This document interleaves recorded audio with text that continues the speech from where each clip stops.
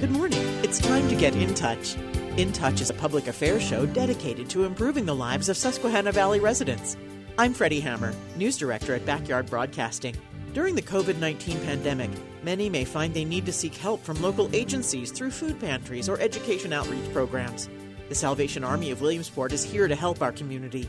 Majors Donald and Paula Spencer of the Salvation Army are here with us today to talk about the different ways the Army's here for our residents. Good morning, Major. Well, good morning. It's good to talk to you. You too. Talking with the Salvation Army, it's a group of people that have so much spirit and such a wonderful presence in the community, and you really do quietly help everyone. And I hope that's how it's happening for COVID-19, Major.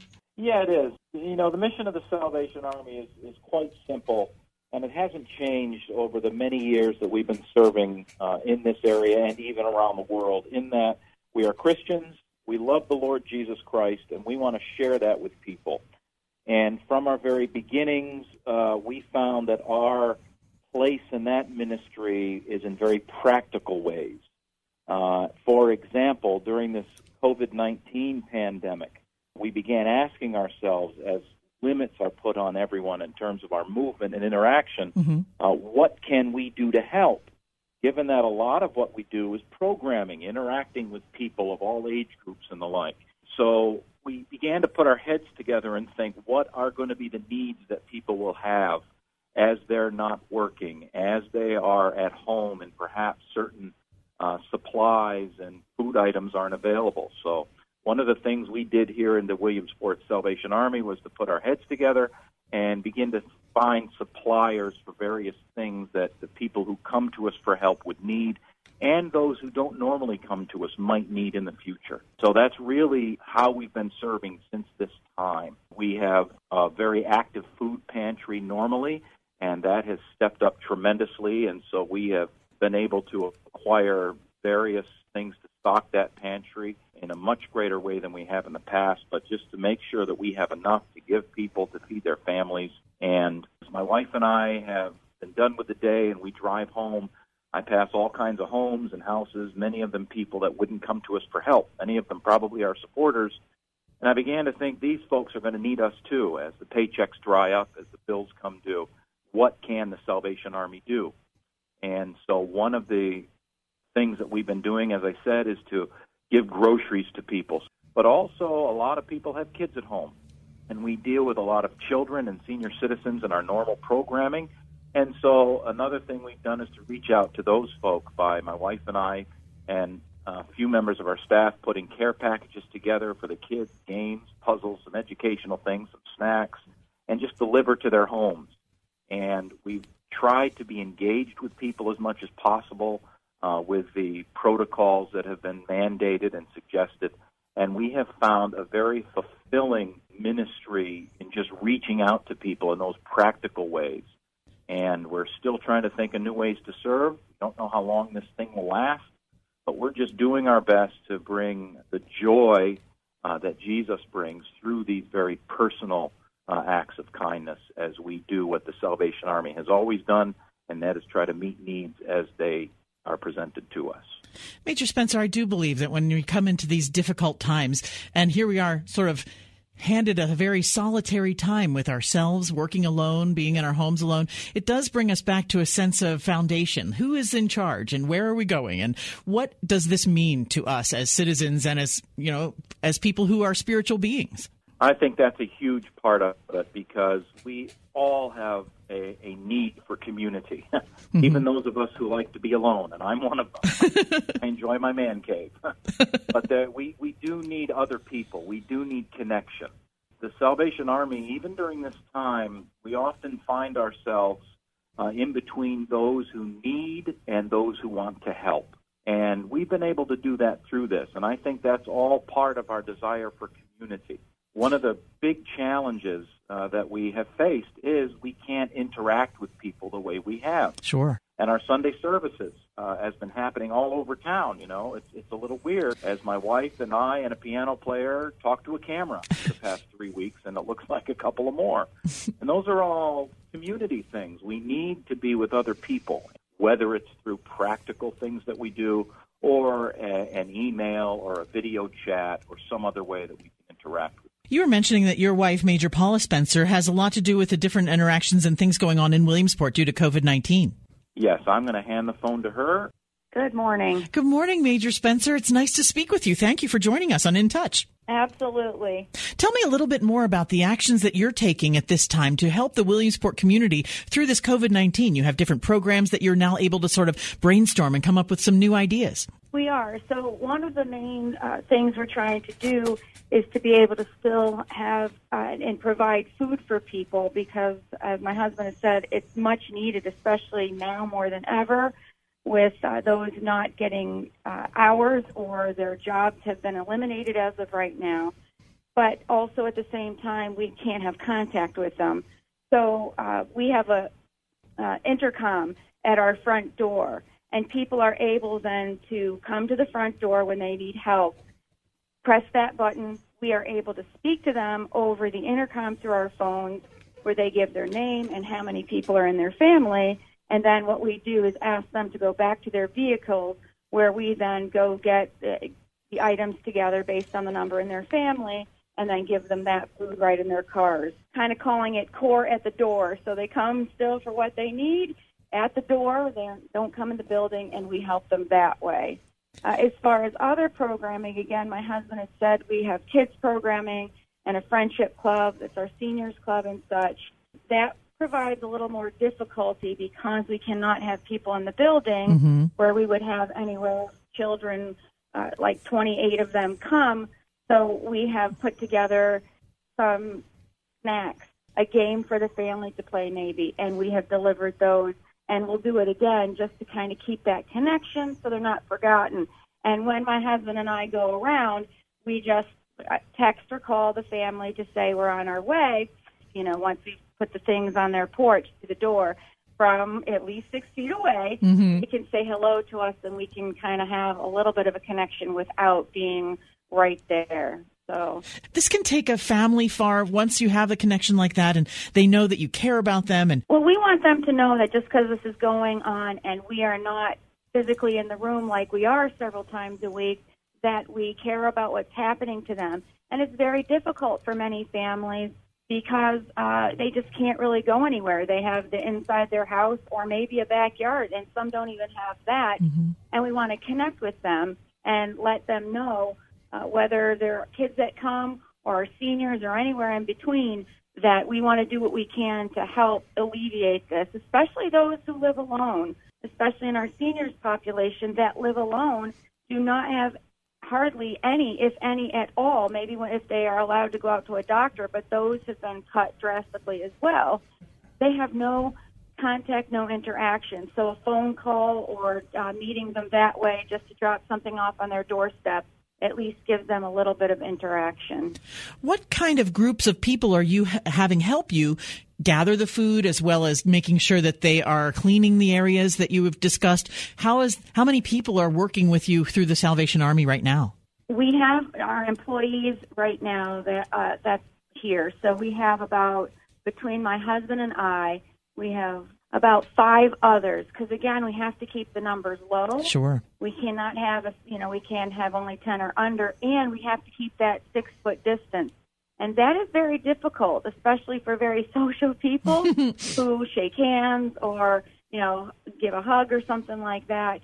On days that we are not doing the active food pantry, those are the days we're packing things up, getting them ready, having them stocked and set and ready to go. So when we do have our food pantry, which is on Wednesdays and Fridays from 11 to 2, we can readily and very quickly be able to get and help those that need the help. Again, we want it to be quick so we're not making contact, but also so they don't feel like they have to be out for very long, ill or not. So we want to make that as quick and non-scary as we can. Where can a person go to find the initial information if they've never talked to the Salvation Army before and feel like this might be the right thing to help for their family? What should they do first? What's that first step? So they can call our office. We do have somebody in the office here Monday through Friday from 10 to 3. And I would encourage people, if they don't get a live person right away, to call back again. because we're short-staffed, we always can't answer as quickly, or we may be on the other line talking already to somebody. Mm-hmm. So I would encourage them to call. They can leave a message if they would like to, and we get back to that in a timely manner. But if they feel that they immediately need to speak to us, to call back again. But somebody is here answering the phones and are here from 10 to 3, Monday through Friday, to be able to guide people through a way. Even if it's not something that we offer, we can try to help them and connect them with the resources that they may need. Or sometimes it's just talking to them to make things less scary. Because usually when you're in what you would consider a disaster, it's isolated to one area, and so then the people, the resources go to that area. But this is a worldwide thing. We're all in the same boat, and sometimes just talking, and I've experienced it myself, and talking to whoever might, they could calm down and they feel a little bit better about what's happening. Not that it's okay, but that things may not be as bad as you see, and we can either help you or connect you with that. The other thing is we do put things on Facebook, so if they are familiar or have Facebook, they can just connect and go on to the Salvation Army in Williamsport, and we do continue to put any changes or any updates, and they can even ask questions over there if they feel that is necessary. So those would be the two main ways to call the office or contact us through Facebook. And flipping the other side, if a person or an organization has resources to donate to you, is that the same way that they can get in touch, or is there another way? They can do that as well. However, right now we cannot accept any donations, even if it's food and such. While that is readily things we're giving out, as a personal donation, when things come in like that, we would then have to wipe everything down and take care of everything like that. I see. So physical donations cannot happen. So many people have called, and they understand that we can't take physical things because of just the nature of what's happening right now, unprecedented. And most people have said to me then, okay, well, I'm just going to hang on to this till this is over, and we'll be taking it, or, we'll let people know again when we can begin to pick up furniture and the like when that all happens. But unfortunately, right now, we cannot take any physical donations. As far as the Salvation Army structure goes, where is your main hub of administrators? Salvation Army is broken down because we are worldwide.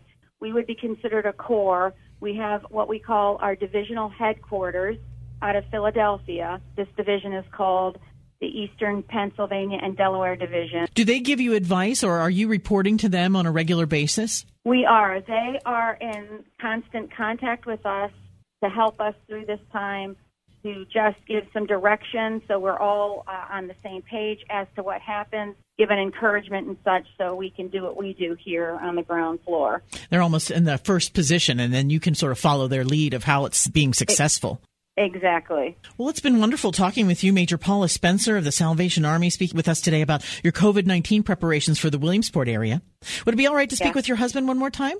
Hello. Major Donald Spencer of the Salvation Army, thank you so much to you and your wife for sharing the information that's so helpful for us in Williamsport. It's our pleasure. Major, you are the New York Staff Division Band Chaplain. What does that mean? Salvation Army has kind of an all-star brass band based out of our headquarters in New York that has traveled the world, and its purpose is to draw attention to the ministry of the Salvation Army, to provide backing music for large Salvationist events, and to present the Christian gospel in various communities.